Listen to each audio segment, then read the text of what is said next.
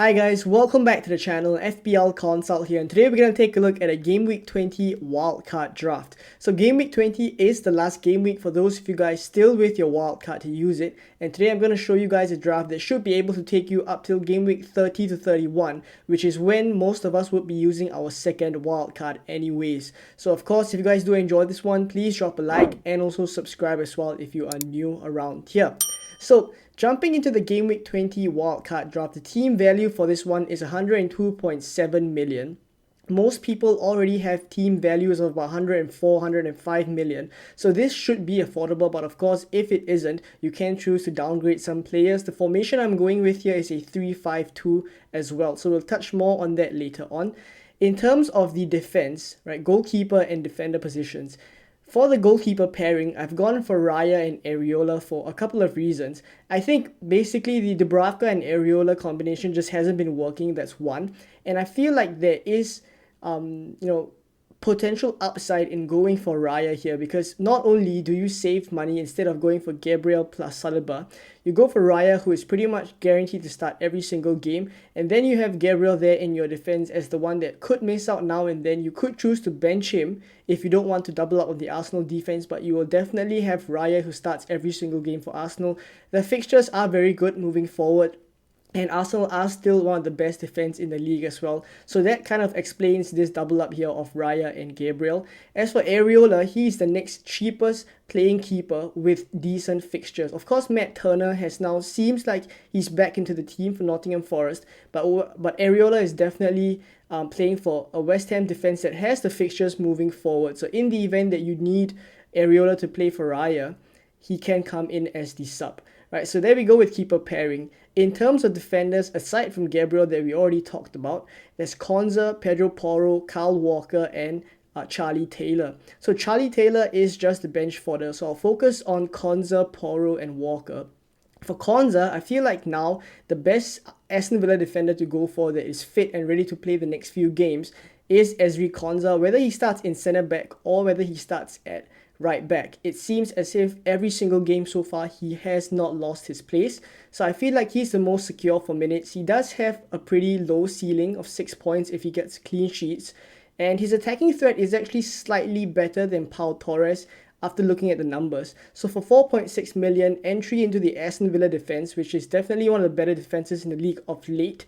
And they do have quite a number of home fixtures coming up. Game week 20, they have Burnley at home as well, so Konza could be useful for the future. For Porro and Walker, both of them are slightly more expensive, 5.6 for Porro and 5.3 for Walker.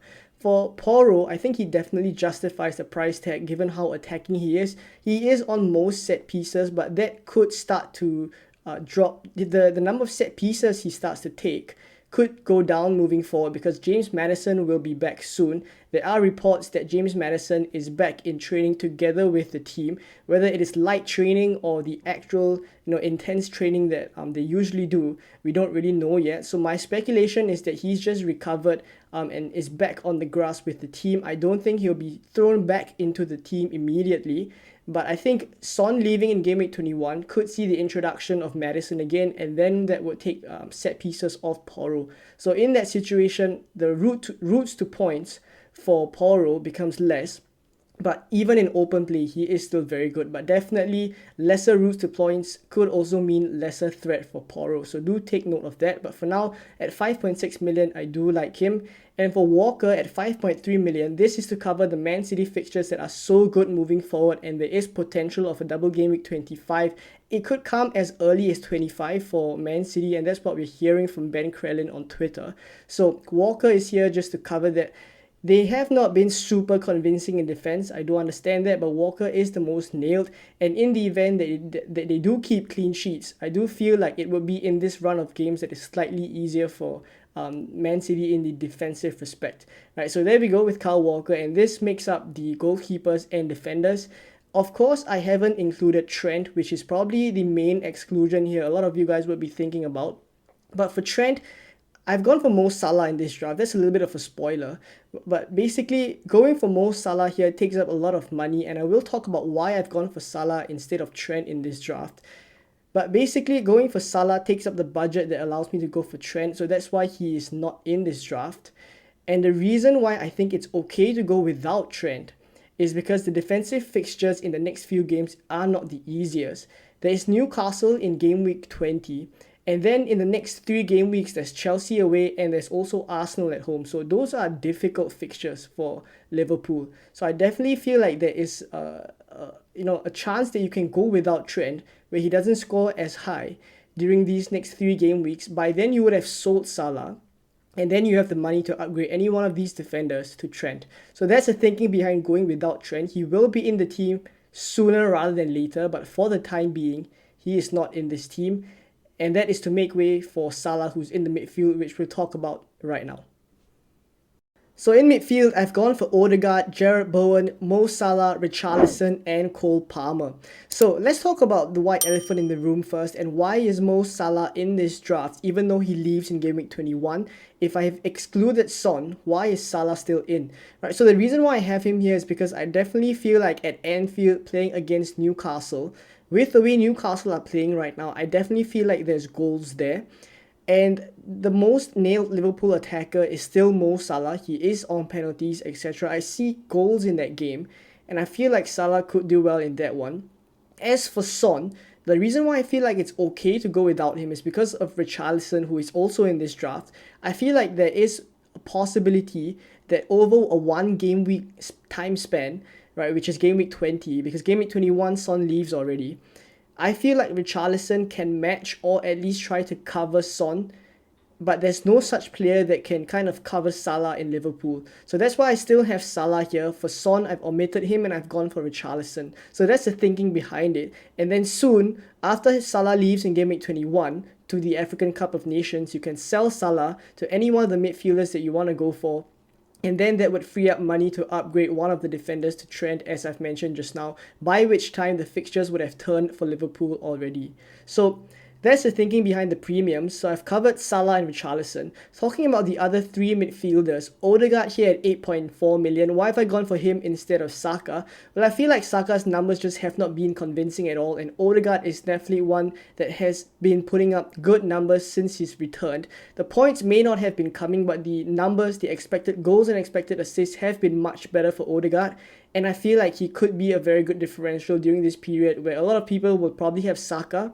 I actually think Odegaard is the one to have moving forward, right? So there we go with Odegaard. For Jarrod Bowen at 7.8 million, he is listed as a midfielder, playing as a centre forward for West Ham, who have been in flowing form in the attack. They've just looked so good. Their attack could be slightly weakened by Kudus going to the African Cup of Nations, but I still do feel like Jarrod Bowen will continue to take along with the fixtures that West Ham have moving forward. It is pretty good and they are quite high up the fixture taker as well. So Jarrod Bowen definitely in this squad. His consistency and form just warrants him a place here. And then there's Cole Palmer as an enabler for Chelsea. He would have come back from his suspension in game week 20 already, and at 5.6 million with the fixtures that Chelsea have, though they have not been performing well defensively, at least in the attack, it's still alright. It's not fantastic, but in the attack, they've done alright. They've been putting up okay numbers, and Cole Palmer is usually the one involved, and he's, of course, potentially still on penalties, right? We don't really know if Nkunku will take it off him. Maybe it's a case where the first penalty that Cole Palmer missed, that will be his last one, and Nkunku takes over. But for now, it is probably Cole Palmer that's still first choice penalty taker. Right, so there we go with the 5 midfielders: Odegaard, Bowen, Salah, Richarlison, and Cole Palmer. Let's talk about the forwards. So up front, you guessed it, Erling Haaland is back into the team. As of recording, Manchester City have not played, so I can't really tell you if he's back for good, whether he's in the starting lineup in game week 19 or not, and whether that would mean that he's guaranteed to start in game week 20 against Sheffield. I don't have that information as of now.